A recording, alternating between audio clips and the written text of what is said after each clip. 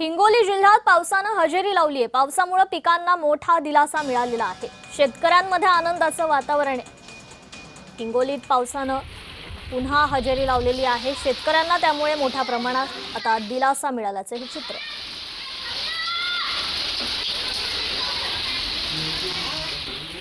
पावसाळा सुरुवात होऊन 1.5 महिना उलटलाय। आणखी मोठा पाऊस हिंगोली जिल्ह्याभरामध्ये पडला नाहीये। मृग नक्षत्राचा पाऊस पडल्यानंतर अनेक शेतकऱ्यांनी थोड्याफार का होईना परंतु पेरण्या झाल्या होत्या आणि 1.5 महिन्याच्या नंतर संपूर्ण जिल्ह्याभरामध्ये पेरण्या झालेल्या आहेत।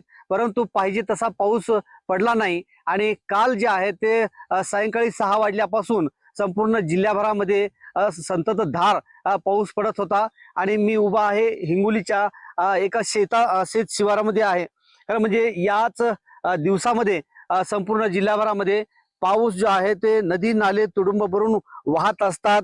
परंतु तसा एकही पाऊस अद्याप झाला नसल्यामुळे अनेक शेतकऱ्यांवर दुबारच पेरण्याचे संकट येते की काय असं देखील होत होतं। परंतु कापूस असेल, तूर असेल, मूग असेल, उडीद असेल, सोयाबीन असेल अशा पिकांमध्ये जे आहे ते आता माना टाकू लागल्या होत्या आणि शेतकऱ्यांमध्ये एक नाराजीचा सूर देखील उमटत होता। आणि शेतकऱ्यांना दुबार पेरणी करावी लागते की काय आणि शेतकऱ्यावर संकट येते की काय असं देखील मोठं चित्र निर्माण होत होतं। परंतु काल सायंकाळी जिल्ह्याभरामध्ये पावसाने चांगलीच हजेरी लावल्यामुळे संतप्त धार 24 तासाभरामध्ये पडत असल्यामुळे अनेक भागांमध्ये जे आहे ते संततधार चालू असल्याने जिल्ह्याभरातील पावसाची नोंद जी आहे ते 2.3 इतकी नोंदवण्यात देखील आलेली आहे।